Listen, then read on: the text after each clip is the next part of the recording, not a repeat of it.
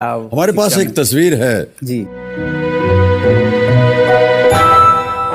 ये तस्वीर है आपके स्कूल की, या क्या कहा जाए, एजुकेशनल इंस्टीट्यूशन की। इसके बारे में हमें कुछ बताएं आप। जिस अभियान की मैं बात कर रहा था उसके बाद ये बनी है। जो अभियान थी वो तो सभी बच्चों को परीक्षाओं में ज़्यादा अच्छा करने के लिए छेड़ी गई, मगर फिर भी कुछ बच्चे फेल होते हैं, अलग होते हैं। तो हमने सोचा 25% भी फेल नहीं होने चाहिए, उनके लिए भी एक अवसर होनी चाहिए। तो एक अलग सा विद्यालय बनाया।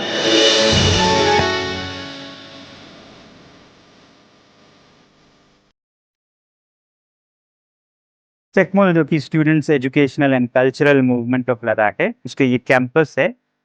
यहाँ हर कुछ अलग है। पहली तो यहाँ पे जो स्टूडेंट्स आते हैं वो किसी एग्जाम के फर्स्ट डिवीजन या मार्क्स पे नहीं, जो सिस्टम में फेल होते हैं उनको हम लेते हैं।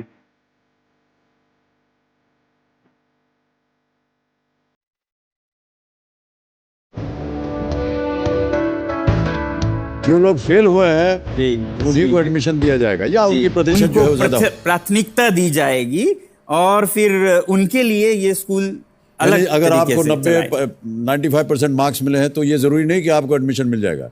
लेकिन यदि आप फेल हुए हैं 4-5 दफे, तो वो एक अच्छा क्राइटेरिया बन जाता है आपकी। नहीं, बहुत अच्छी बात है। देखिए, बहुत खूब।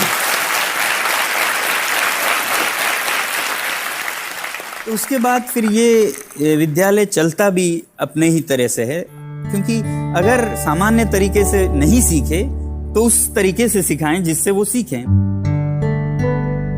एंगल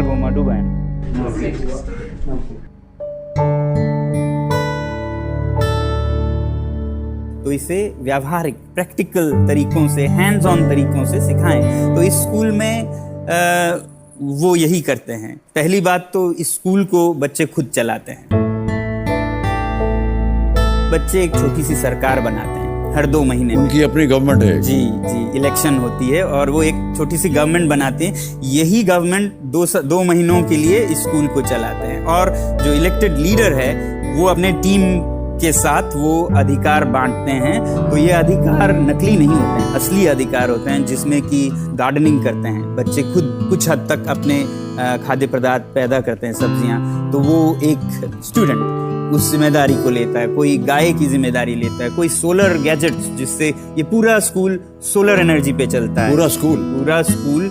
और जब बाहर लद्दाख में -20 होता है तो इस स्कूल के कमरों में +15 के लगभग होती है। वाह, क्या बात। आपने कहा कि शिक्षा का भी जो माध्यम है वो उनका एक अलग तरीका है। जी, कोई उदाहरण दीजिए, किस तरह आप सिखाते हैं? जीवन से जोड़ने की कोशिश करते हैं। जैसे अगर स्टैटिस्टिक्स में आप average, mean, bar chart, pie chart वगैरह पढ़ रहे हैं, तो जो स्टूडेंट गाय की देखभाल करते हैं वो उस गाय के दूध उत्पादन की ट्रैकिंग करते हैं और उस पे बार चार्ट्स बनाते हैं, ग्राफ्स बनाते हैं, और एवरेज क्या प्रोडक्टिविटी रहे उस पे वो अप्लाई करते हैं।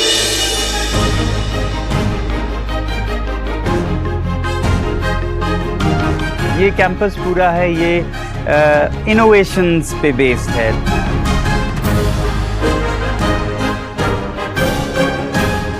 हम इलेक्ट्रिसिटी और जनरेटर के बदले में हम लोग सूरज की रोशनी इस्तेमाल करके हम लोग यहाँ पे खाना पकाते हैं और घर भी गर्म। सोनम सर से मैंने ये चीज़ सीखा है। उन्होंने हमेशा हमें बोला है कि आप नौकरी देने वाला बनो। नौकरी ढूंढ के नौकरी करना तो बहुत आसान चीज़ है।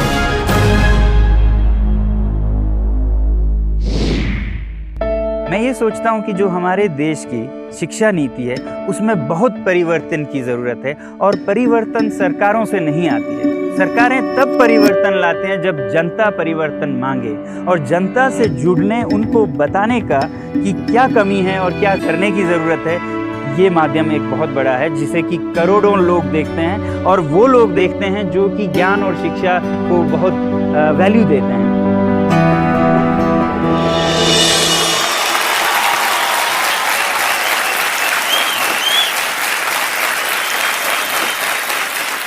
एक, पता नहीं वो आपके शिष्य थे या कौन थे, जिन्होंने वीडियो में कहा कि नौकरी मांगने वाले ना बने, देने वाले बने। मांगने वाले ना बने, देने वाले बने।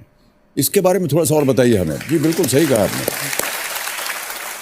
जी, आमतौर पर हम देखते हैं कि पढ़ाई करके नौकरी लेंगे, नौकरी लेंगे। मैंने कभी कम ही बार सुना है कि नौकरी नहीं, मालिकी करेंगे हम। हाँ सपना ही नौकरी, आप समझ सकते हैं किस शब्द से आया है। जी। तो हम ये कहते हैं कि किसी पे मोहताज क्यों, आप अपना संभल के औरों के लिए भी दे सकें, ऐसा बनिए। Job makers rather than seekers.